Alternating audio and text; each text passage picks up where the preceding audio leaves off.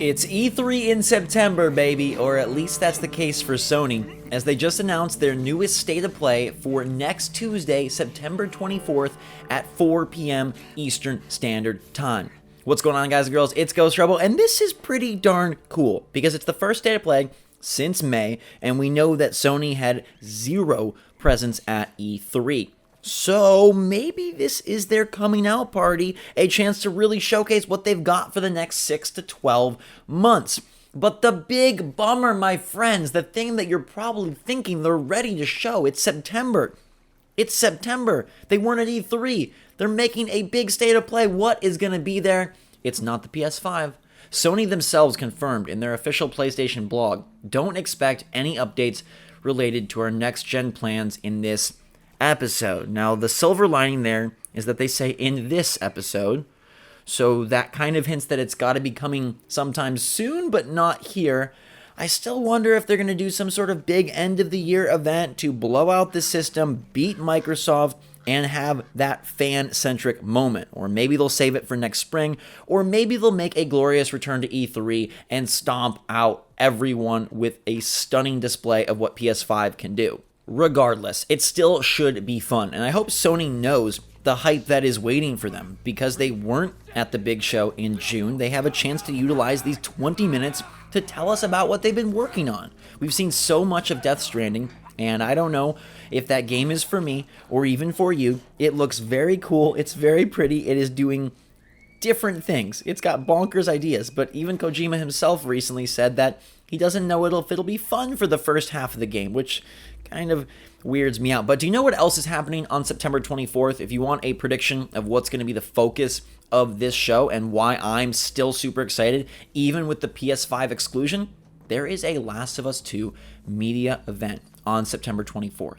So I believe that this state of play will actually focus on The Last of Us 2. I'm expecting gameplay, a new trailer, and a release date. And I'm hoping for a springtime 2020 drop that isn't all the way till May, which they love to use, but I'm hoping for maybe something in March or April to really get the year cranking. Now, we do know that there are plenty of top-tier AAA titles releasing in that March timeframe, so my better judgment says it's actually going to be in May, but I'm crossing my fingers for an earlier date because I've been waiting for this game for so freaking long. I also hope that they might dive a little bit into the multiplayer aspect of Last of Us 2 if it's going to be there. I really think Last of Us 1 multiplayer is super underrated, so I'm very eager to hear if Naughty Dog is back at it again with another online component.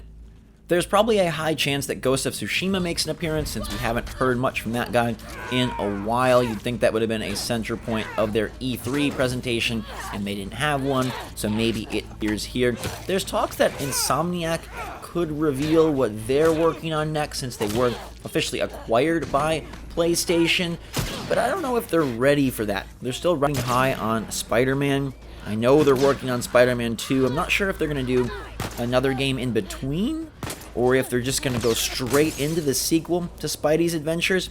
I don't know that it's time yet to really even tease what they've got going on over there at Insomniac. They also say that there will be looks at brand new games. We know they love to do stuff with their VR titles and their digital titles, so I'm sure we'll get a look at some smaller experiences. But if I had to throw a pie in the sky, hope and dream wish reveal, it would be a tease of what Guerrilla Games is working on next. Now, I fully believe that is Horizon Zero Dawn 2. I wish it was Killzone because I love Killzone, but hey, if we have to settle for Horizon Zero Dawn 2, then hey, it's a pretty freaking great day. But I do believe they'll be saving that reveal for whenever they decide to unveil the PlayStation 5. That's going to be, I think, a big, bold game that will perfectly explain why you need that console. So I don't think they'll give us any goodies early, but it would be awesome. Another one I'll throw out there that I don't think is likely, but one can dream, would be some God of War single-player DLC, some story-focused DLC for that incredible God of War, maybe Game of the Generation God of War. I don't know that they'll do it. They're probably already hard at work on the sequel over there, which is going to be incredible on PlayStation 5, but hey, it would be really neat if they did drop DLC for God of War or one of their other tentpole titles. But with E3, Gamescom, and Tokyo Game Show behind us, it'll be super interesting to see what Sony shows and how they set up the next 6 to 12 months.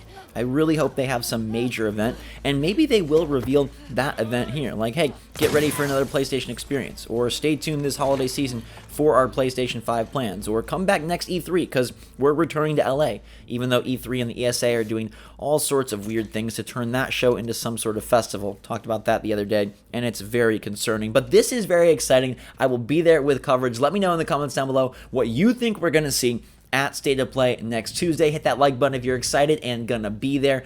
Last of Us 2 is the big one, but what else will we get? I want to hear from you in the comments down below. Until next time, everybody, thanks so much for watching. Have a fantastic day. Drink some hot chocolate and get a cup ready for next Tuesday, September 24th, 4 p.m. Eastern, 3 p.m. Central, 2 p.m. Mountain, 1 p.m. Pacific, and 9 p.m. for those of you in the UK. Until then, though, I love you a lot. We'll see you all later.